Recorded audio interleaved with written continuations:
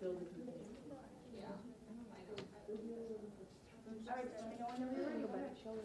Okay, so we have job satisfaction, which was chapter 4 in the book. My name's Emily. I'm Isabel. I'm Elisea. I'm Shira. I'm Mackenzie. Okay, I don't think we can use this.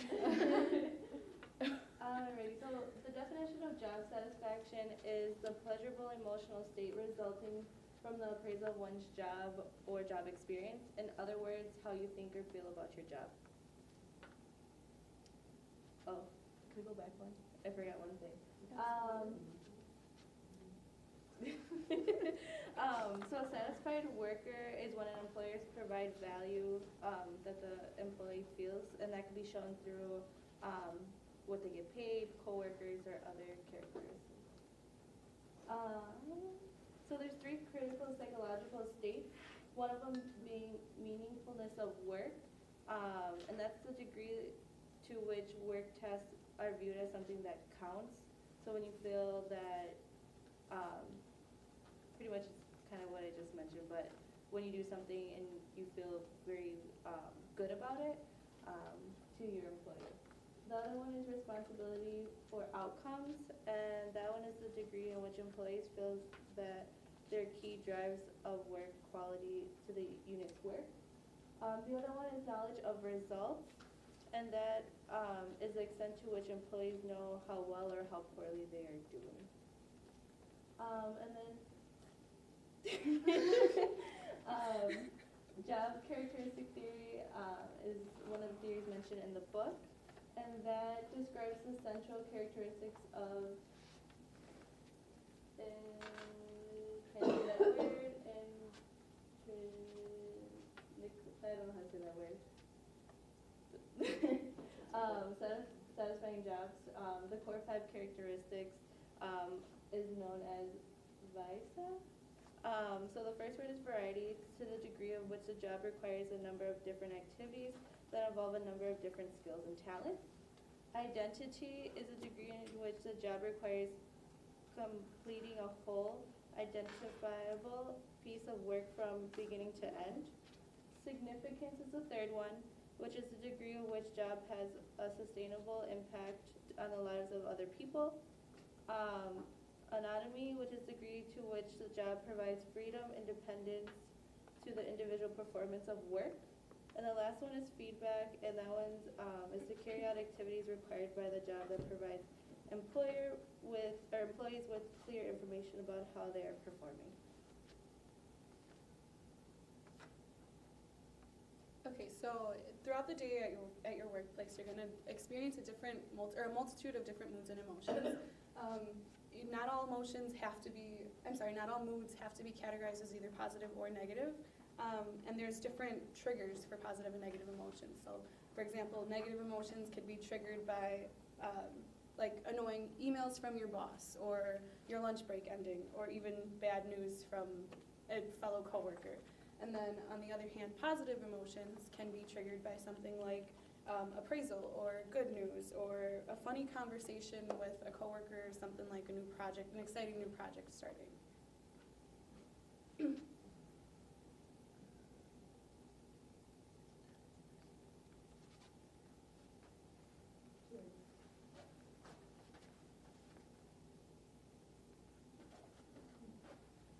So this graph overall, it summarizes the different moods in which people sometimes find themselves, and the graph, it shows moods that can be categorized in 2 ways, either pleasantness or activation.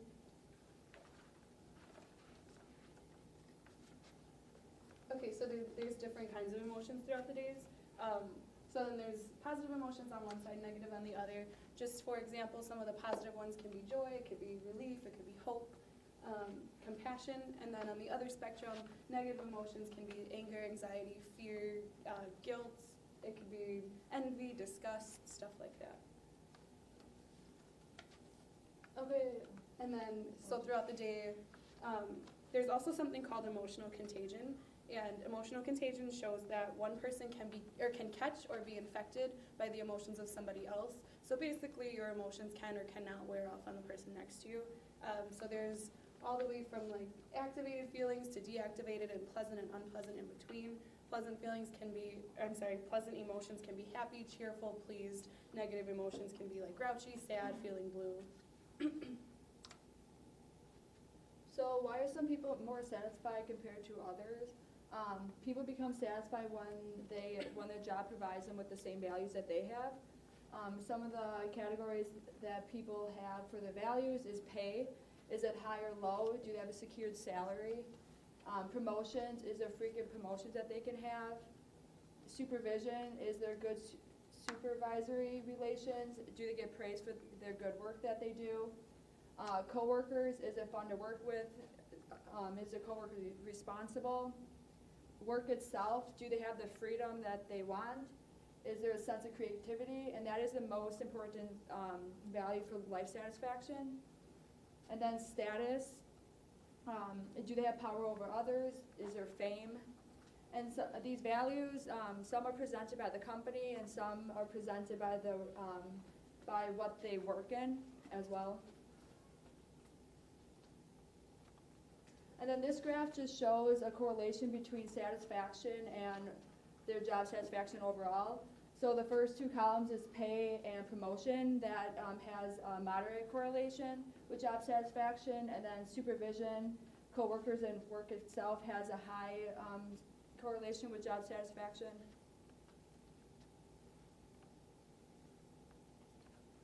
So we move on to life satisfaction. As you see, it's defined there, the degree to which employees feel a sense of happiness with their lives.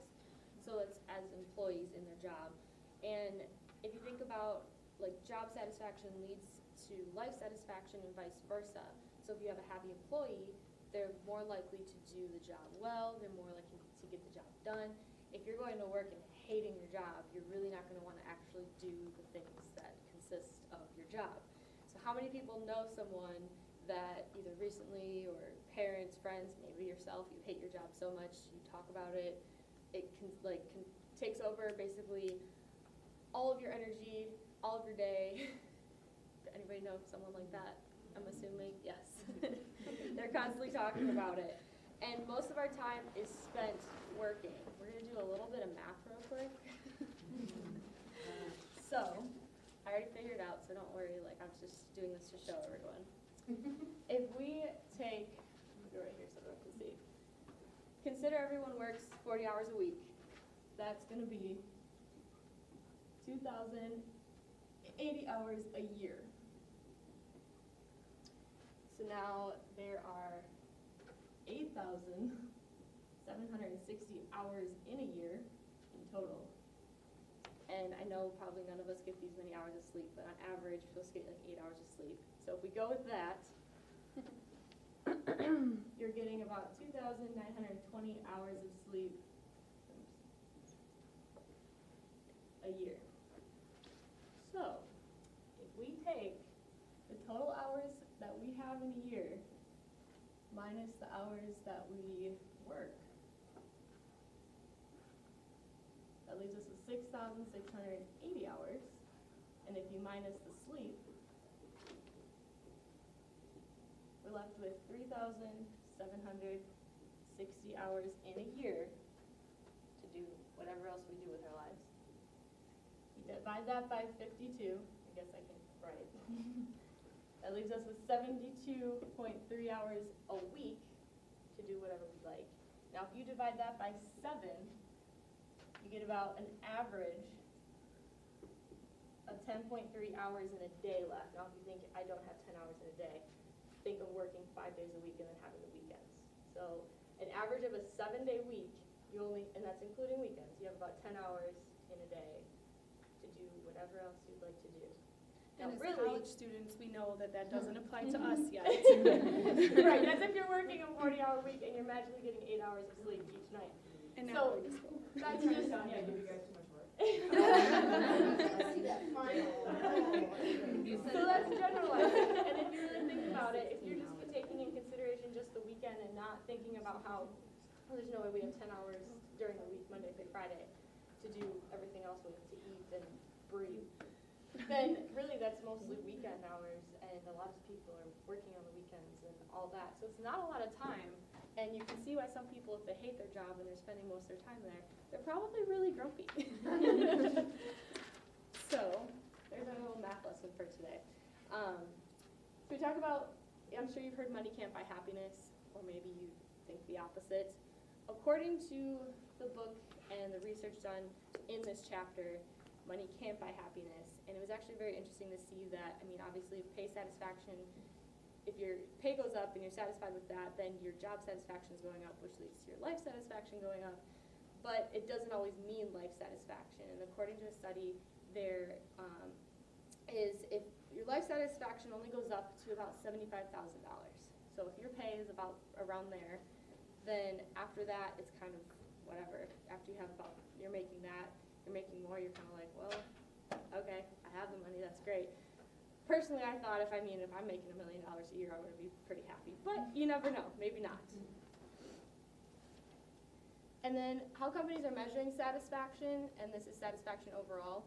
This is just a snippet of what's called the job descriptive index. So there are a couple other categories that they will measure, but this is kind of what you would get on the job descriptive index, so it's shortened for the JDI.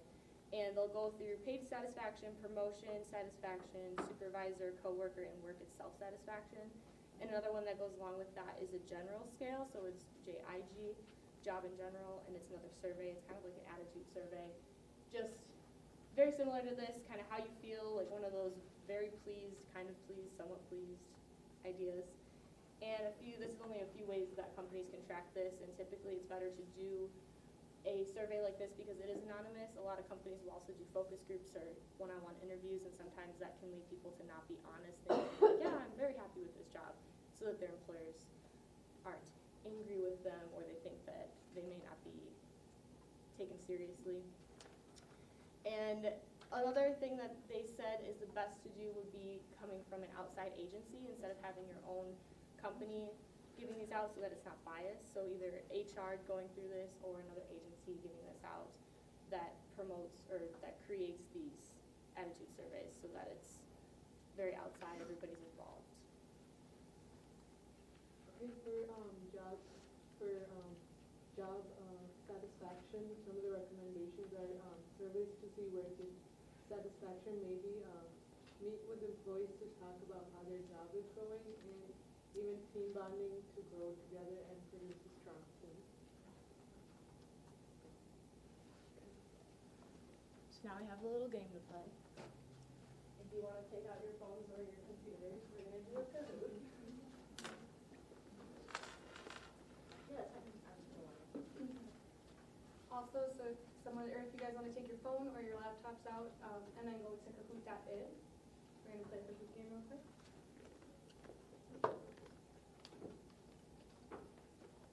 And there's prizes for the first, second, and third place winners. So, I mean, I would hope you were engaged prior to knowing that, but that's just an incentive. Okay.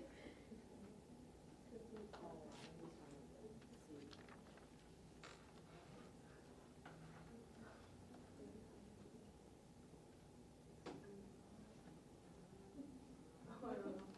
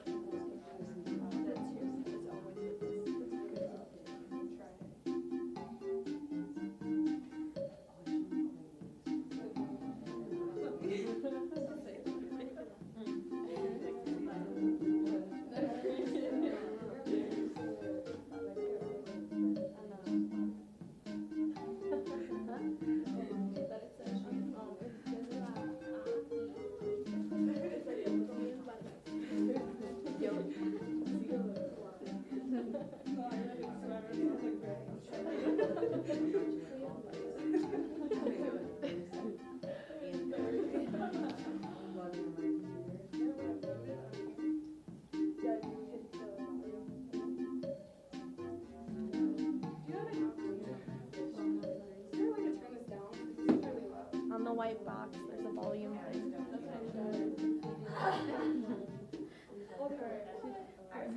Is everybody in? Anybody have a problem? Yeah, Yeah, you can okay. Yeah, no, go ahead. Okay, is everyone good? Everyone signed in? Okay. All right. We all know how it works? Okay. Oh, is that for her? Oh.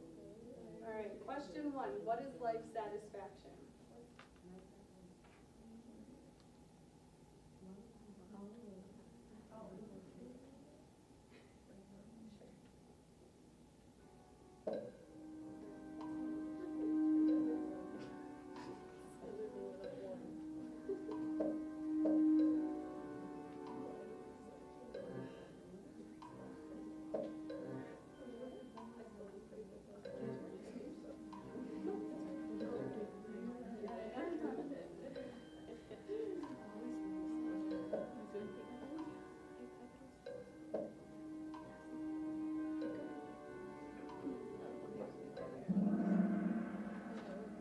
Okay, well, that's pretty good.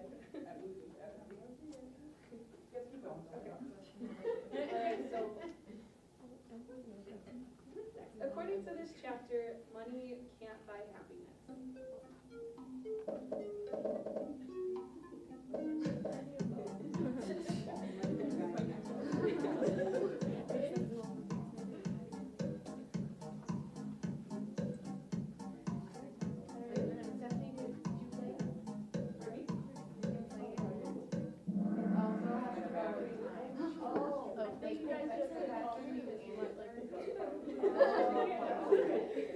But as you're saying, money can't buy happiness up to $75.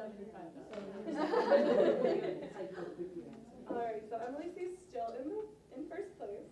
Alright, the KPI assesses all of these satisfaction assets except you have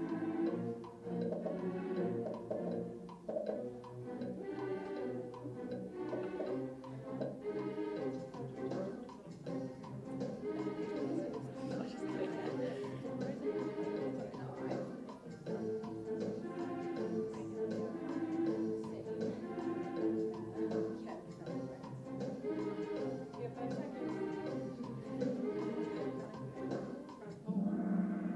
So this one was a little confusing. I did mention it briefly. So the JDI, it's an attitude survey, but it assesses all of the other ones that are listed there: promotion, work itself, supervisor. So being satisfied with all of those things. But I know it was a little confusing there. Are you happy and satisfied with your job?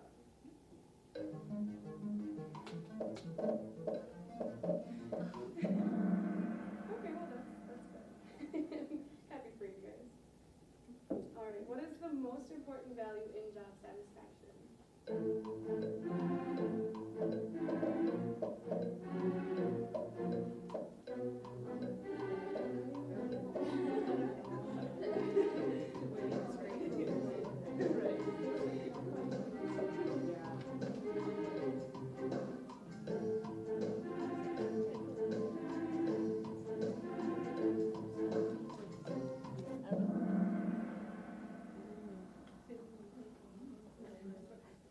Yeah, this is the one that work itself is the highest value, because if you're not happy with what you're doing, your job satisfaction isn't going to be high. That's basically what that was saying. Ooh, Emily, you're on fire. What can trigger a positive emotion?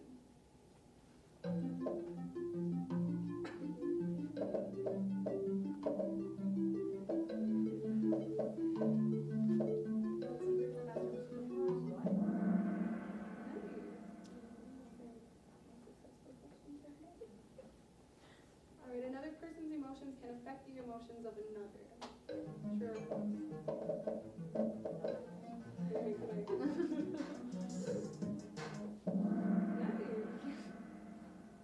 Alright.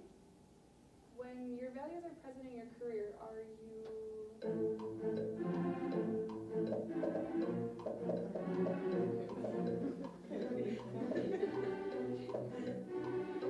I'll better answer this one. I'm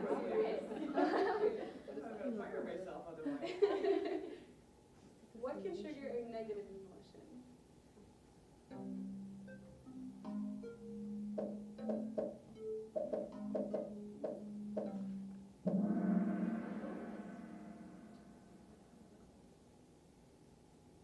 All moods have to be either good or bad. True or false?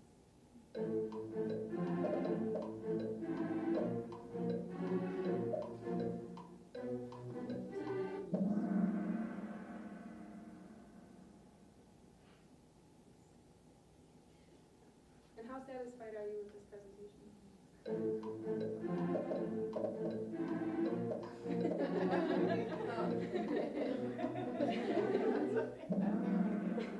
All right, so there's two people who, never mind. All right, okay, so, Emily C., you can come take your pick of your prize, whichever one you want. And then Haley, you can come pick next.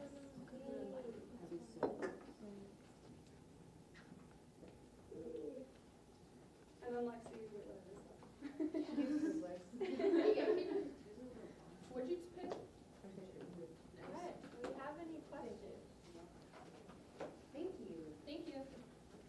No questions? Feedback? I love that you guys did a Kahoot.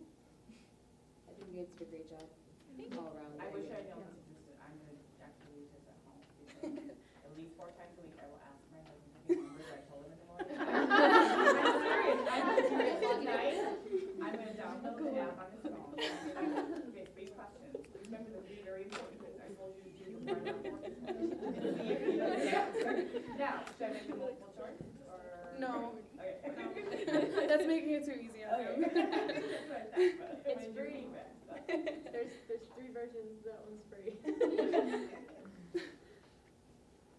Sure. Any comments, feedback? I have something I wanted to. This is all very well done. Very, very well done. I like your recommendations. One of the things I wanted to point out and kind of make a connection for everybody when we talk about the emotional triggers, it's very much like when we talk about negative and positive cues. So think about that. From a self-leadership development standpoint and being self-aware, how important it is to be self-aware as a leader. Because your emotions, what you do as a leader / manager, obviously impacts your team. So I think it's really important to be aware of that. That's the emotional contagion. It goes directly to the concept of being self-aware. So, and the measuring satisfaction, I can agree more, it's helpful to assess your effectiveness as a leader. I think it's always important to not constantly being, we've talked about the micromanager in this class, and how annoying micromanagers are. They're always measuring and counting everything their employees are doing. The best leaders / managers are constantly self-assessing their effectiveness based upon their team's performance. Because the team is only as good as their leader. So I think that's something really important to remember.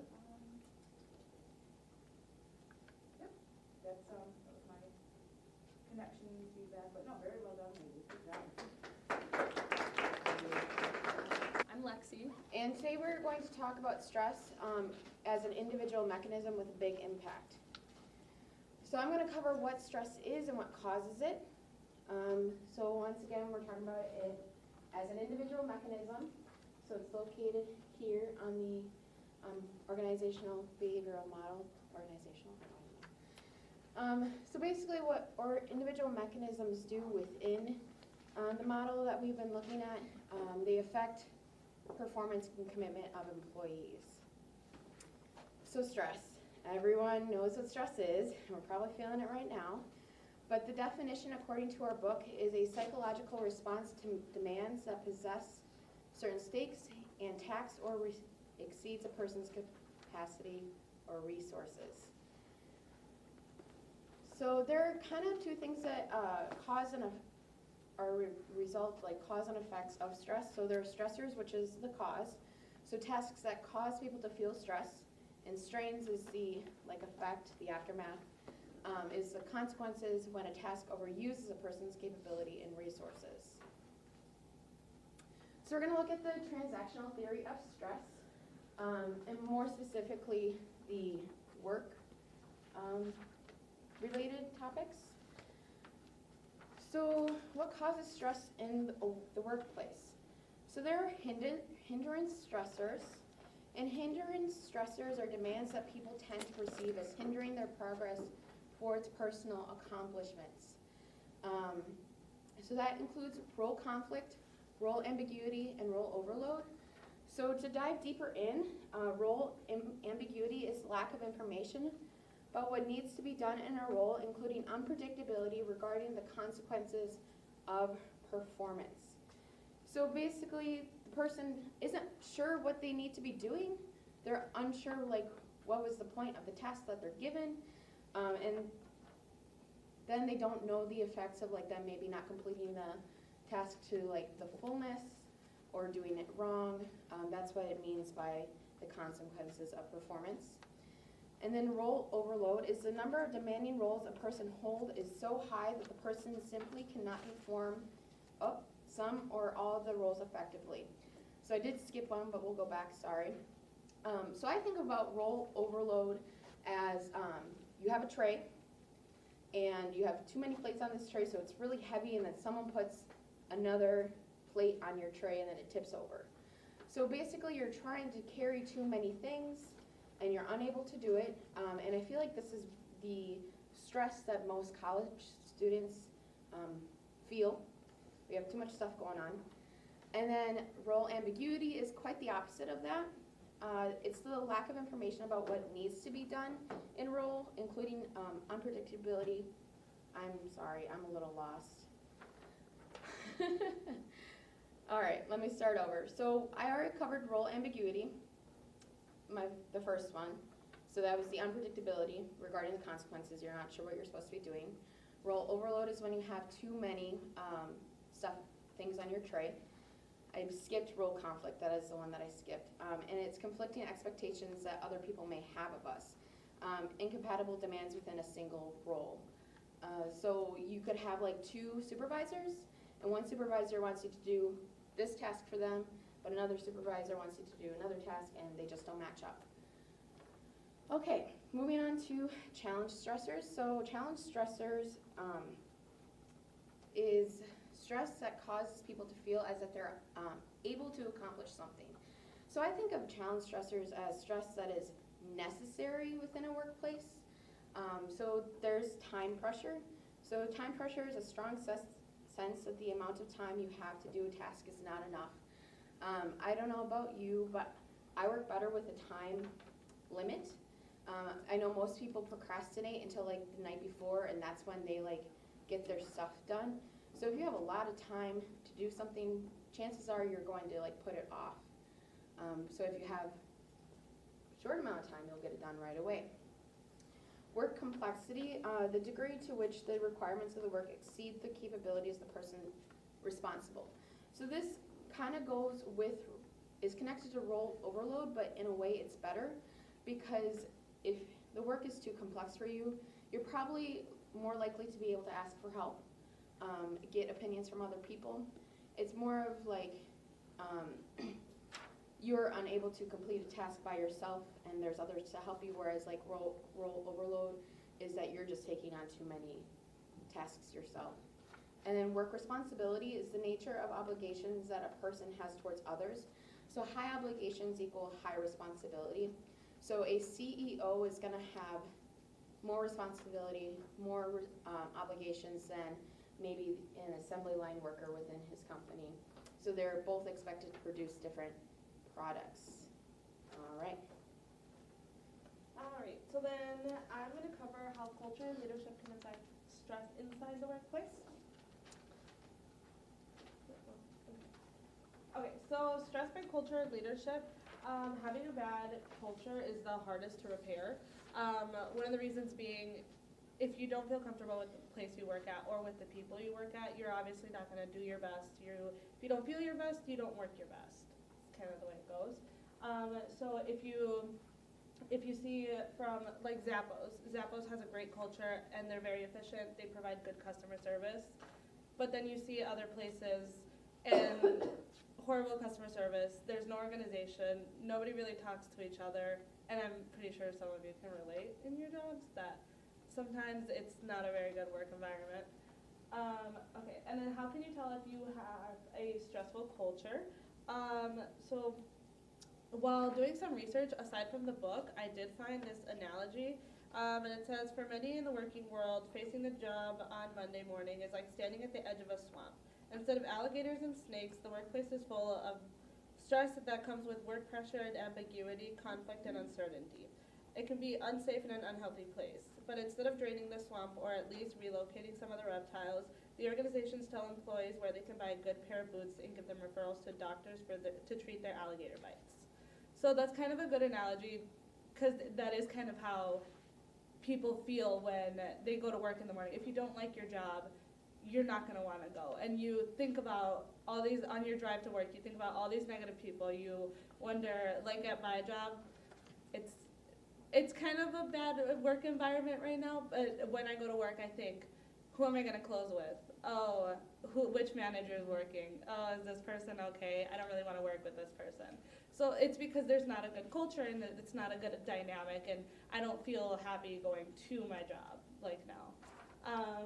And then different stresses, different levels of stress. So there's the ones that can be caused by a supervisor, and then the ones that can be caused by a colleague. So supervisor caused stress occurs when, so frontline employees would be like, for example, looking at it in retail, it'd be the sales associates, and then the managers would be the other ones. So when a frontline employee has a poor relationship with their supervisors, or when the supervisor fails to address concerns. And then colleague ones are, they're caused from stress with poor relationships or a lack of proper consideration for other coworkers. So if you don't get along with your coworkers, that can cause you stress because you don't really want to talk to anyone, you're just there to do your job. It's just kind of a stressful work environment because you don't really want to, it's not de-stressing, like you don't have fun conversations with people, you're just kind of there. All right, so the effects of stress in a workplace, it can cause blocking behaviors. So some of those include turnover intention, so planning to quit is a big one that stressful work environments can cause. Tardiness, absence from work, and decline in dedication to the organization, so it goes back once again to the, if you don't feel good, you don't do your best. And then stress is actually, it can cost companies a lot of money because, once again, if you don't feel good, you don't do your job. So that can cost actually about $300 billion annually to companies and organizations. So that's just an average. That can either cost them way more. So this is a major concern for companies and something that should be taken seriously because stress can affect how, for example, how many shoes you sell, how customers, if they return or not. So it all affects it basically affects everything. So then I found this case study about stress in the workplace. And then the case study is called Stressors, Withdrawal, and Sabotage in Frontline Employees, the Moderating Effects of Caring for Service Climates. So they looked at the relationship between social stressors and frontline employees and like how they withdraw and everything. So they took a sample of 420 employees and 30 supervisors at a hotel-based, it's like a restaurant inside a hotel, and this is in Taiwan. So they used this study to look at how, if they did certain scenarios, how would it affect how the employees did their work, or how would it affect the relationship between employees and other employees or employees and supervisors. So it showed strong correlations of turnover intention, which once again that means them wanting to quit, and supervised cost stressors. So if the supervisor gave them like 3 tasks, they'd feel super stressed because they'd have to do it really quickly because the supervisor would keep adding and adding tasks, and that would intentionally cause poor service, people to forget orders and stuff like that. And then there is a strong correlation between taking sick leave and colleague caused stressors. So if you didn't really want to work with someone, they noticed that people would be calling in saying they couldn't work, or they'd be just saying like, oh, I'm going on a vacation for this time. when they truly weren't. They just didn't really want to work with those people because it caused conflicts between the two colleagues.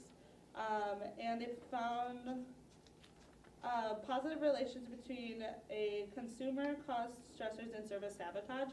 So it affected the way that the servers treated the customers, which it would, because if you're stressed, you're obviously not gonna do your best and treat the customer right if you're just under pressure, like under so much pressure. It goes to the whole plate thing, like someone adding more and more and more. Obviously, eventually you're just gonna snap. Additionally, the study did find that there's a moderate relationship between social stressors and turnover intentions, service climates that weaken relationships between social stressors and service dedicate negative behaviors. So there's a correlation with everything you do. So stress affects everything in your job. And if you're stressed out and you don't feel happy and you don't really want to be there, then they suggest you just move on to a different job because it's not going to get any better. And the thing is that stress doesn't, usually they don't start off that way. When you start a new job, they said you kind of look at it through like rose-colored glasses. Like everything's great, I'm making new friends, my coworkers are fine. But then after working there for a while, you start to notice little things.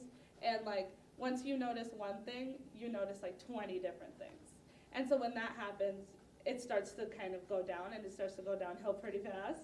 So you realize that you're getting stressed, you don't want to be there, you don't really like your coworkers, someone said this, someone did that. So when that happens, it's best just to move on to a different job because it's not going to get better. So there's that.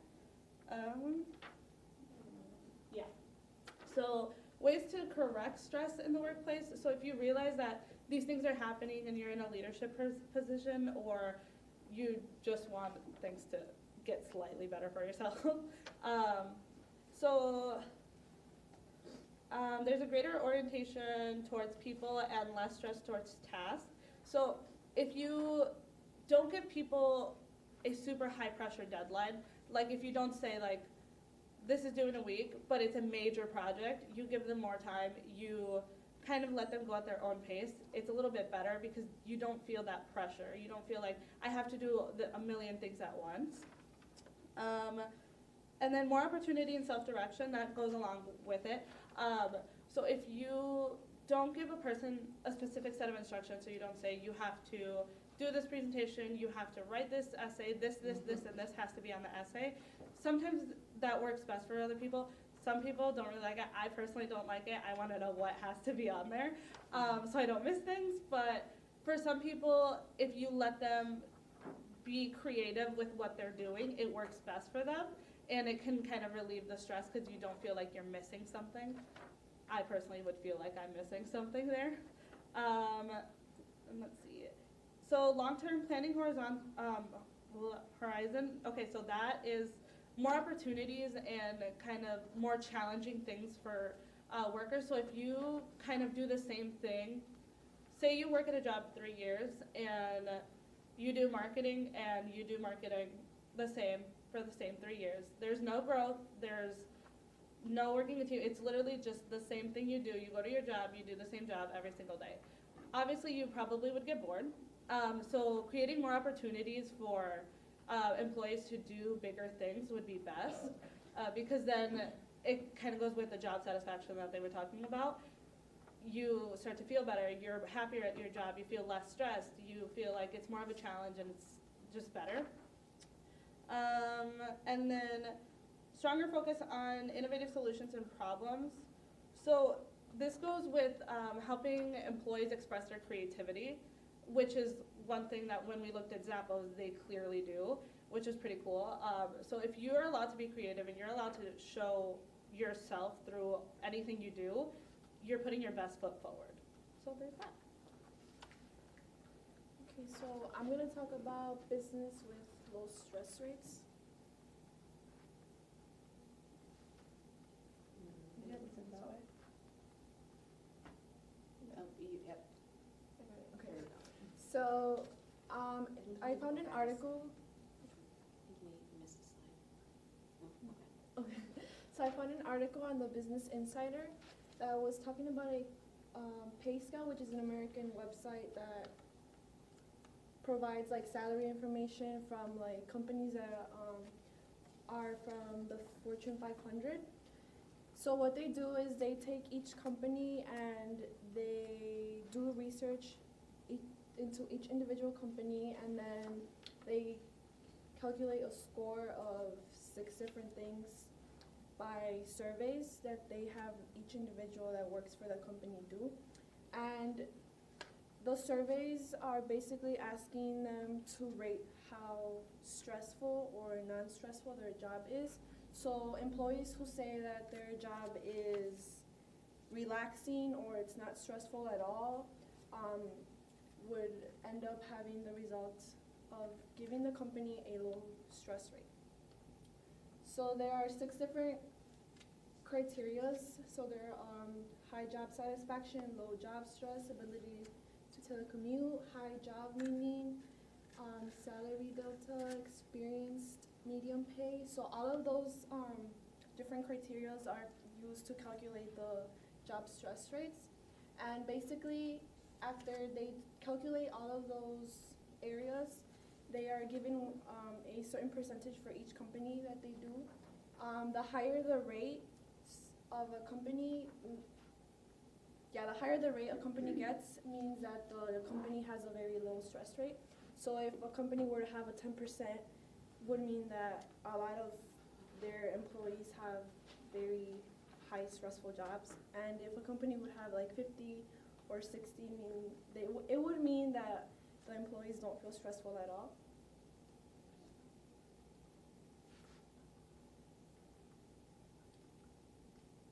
Okay, so then this is a list from the Fortune 500. All of these companies were taken. So then Pacific Light was the highest for the 2nd year in a row with a 32% rate. And basically what this company does to keep their employees with very low stress rates is they take into consideration each individual. They talk to them, they understand the way they work, they move around their working schedules in order to provide a low stressful job. And what I noticed was that a lot of these jobs that have like a very low stress rate a lot of their surveys said that the employees felt like the managers or supervisors didn't care about them and put too much weight on or pressure into their individual job. And that's the reason why a lot of companies don't have a high percentage of employees with low stress rates. All right, so I have how to lower stress in the workplace, and what's really interesting is how we all kind of manage stress. We use coping mechanisms. So coping is behaviors and thoughts that people use to manage both stressful times and the emotions that kind of come with the stress. So there's 4 different categories when it comes to coping. The first one is behavioral coping. So behavioral coping is physical activities to actually lower the stress. So for example, we have a time pressure. Let's say we have a huge 15-page paper to do in a week. So what they do with that paper is they just work faster. They want to get that done. They want to work harder, work faster, get that done, and get it off their plate. The next one is cognitive coping.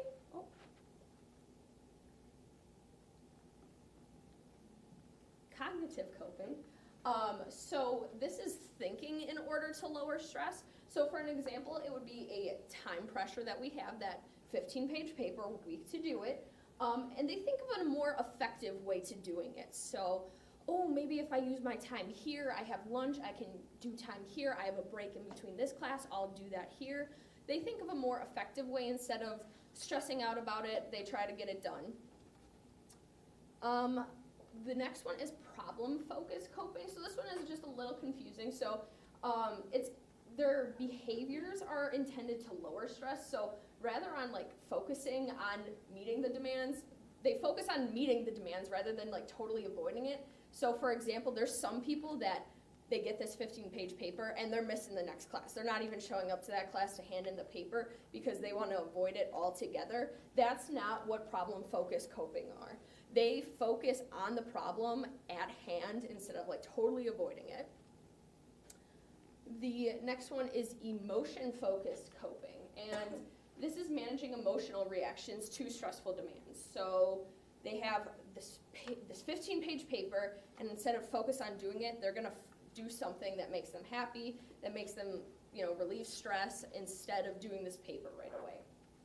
So there are steps that organizations can take to reduce stress in their employees. The first one is an assessment. So employers can hand out assessments to their employees to see how their employees are doing with stress. They have these things called stress audits that they hand out too. They're actually pretty common, and they have a bunch of questions, and they ask employees about their life, their work, how they're doing, and that's a great way to see how they are doing. And then managers asking questions, even just saying like, hey, how's everything going truly? Like, are you feeling all right? And really showing that they care. Managers can really pick up on tone and the way people are presenting themselves, and that can really help give key details on whether they're feeling really stressed or not. So reducing stressors is a big one. So after you do this audit, you have to consider alternative actions, with the information that you have. So eliminate or significantly reduce the actual stressors that you have now found with the audit. So some of the stressful demands that people would have, or some of the ideas that people have found from these is no working during lunch, absolutely no work during lunch, no eating at desks so people can actually leave, enjoying themselves, talk, go into a different atmosphere and kind of relax. One of the other examples was a shared job. So two people kind of doing the same job, but one goal. They have one list of things that they're supposed to do, but it's shared by two people. I know a lot of moms that get pregnant or are coming back from a pregnancy. This is an option that they really do. So those are just two examples that the stress audit found that they can do to, reduce stress.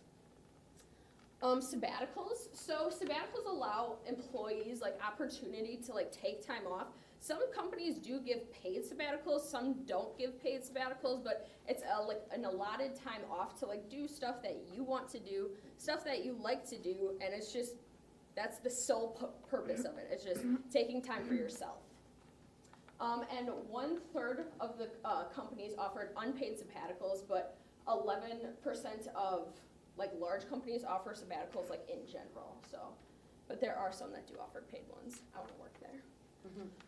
So providing resources. So if you do notice stress, providing resources such as training exercises or supportive practices. So for example, child care, flex time, part-time, because having children can be really big stress. You have to worry about your life and someone else's.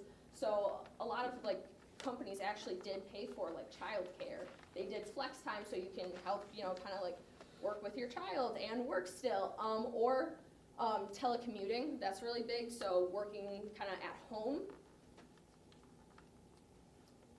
Reducing strains, as Haley said, that stressors and strains.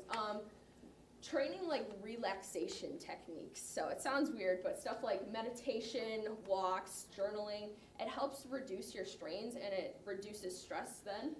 And it teaches people just how to counteract the effects of the stressors. And then to conclude,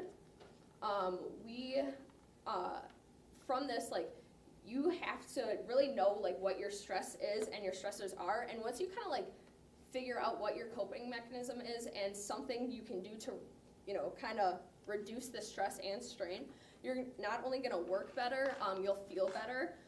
It leads to a lot of good benefits such as job satisfaction, life satisfaction, you work better, your pay gets increased. And as a company, so as an organization, you should really care about this because it can save you money, you'll create a better work culture, and your employees will actually truly want to be there. Thank you.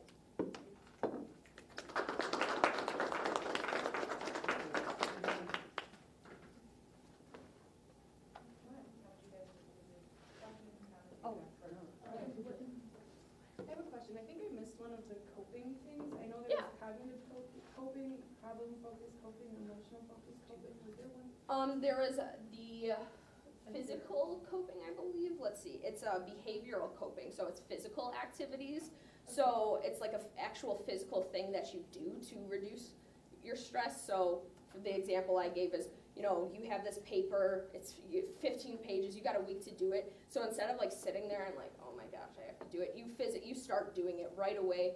You want to get it off your plate as quickly as possible. Yeah, no problem.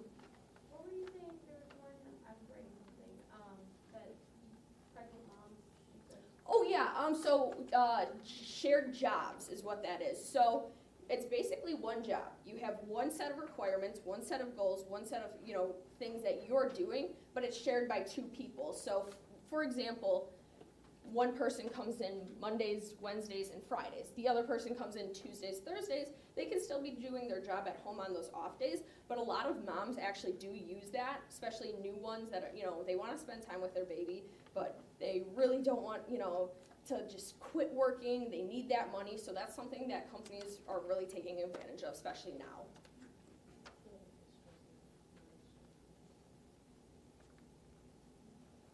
Other questions and feedback?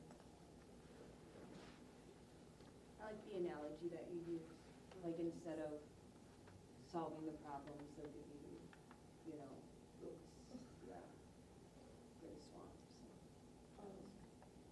I just have something to add. I wouldn't have put shared job as a stress reducer. It was more of a stressor. I know several people who work in that type of position, and when the other person does not do what they're supposed to do, it's more on the other person's workload. But that goes to leadership. Yeah, that goes to Also leadership. Yeah. too, but I'm saying, like, not a lot of people are happy with those type of positions. Well, then the management Yeah. can set it up. But from what I've read and what the research that I've done, a lot of people are really satisfied with doing that because they get the benefit of staying home with their child and still being able to work and bring in income. My daughter-in-law works in a job sharing environment. She works for Wells Fargo, and her position, she shares with somebody else who's also a mom, so that my daughter-in-law only works when my son is home. So she works 3 afternoons a week, but different afternoons based on when he can be home for them, put them in daycare. And it works, but I think what's important is, again, you know, management has structured it, and they've given these two people the freedom to create the role. They make the schedule. They make the schedule, and they give it to the manager. They have to have it by a certain time frame. However, these two ladies, my daughter-in-law and her coworker, they sit down and they look at their schedules and they figure it out. And they don't call in. They work really well together and they communicate. But they've been given the resources and support to do that. In instances, and I've seen job sharing not work, but that's because there was a lack of support. There was also a lack of giving the employees the power to create that role. So I think that's key. Mm-hmm. Because, I mean, if you tell me you have to do job sharing this way, well, it almost sort of defeats the purpose of the job sharing. But giving them that creative freedom to create the role amongst themselves based on what works for them, I think is really important. Yeah, my dad is actually retired and he is actually in a job sharing position, so he can take care of my grandpa who has Alzheimer's. So he creates his own schedule, like you said, month in advance. He just puts in the hours that he wants and he needs at whatever time that he'd like. He can go as little as 2 hours if he wants. So, but it's really useful, especially for my family situation. So yeah, I see that it's on the rise from the research that I've done. Yeah. I mean, I think smart leaders / managers will use that as a resource whenever possible. I mean, it doesn't fit in every role. It can be for some roles, for some positions in companies, I think it can be very, very effective. And when you have two people that are, creating that role themselves, you don't have the absenteeism. They're actually more productive. They're happier. Mm-hmm. They're not worrying about other things and how they're going to manage everything else. So it has lots of upsides if done right. So. Yeah, and you have someone to bounce ideas off of. Mhm. Absolutely, Because yeah. you guys are working on the exact same thing, so it's like, oh, well, how should I approach this? Right, exactly. So as long as that communication is there, Right. absolutely. I think that's from my daughter-in-law's perspective, it works really, really well for her. So. Any other feedback, questions?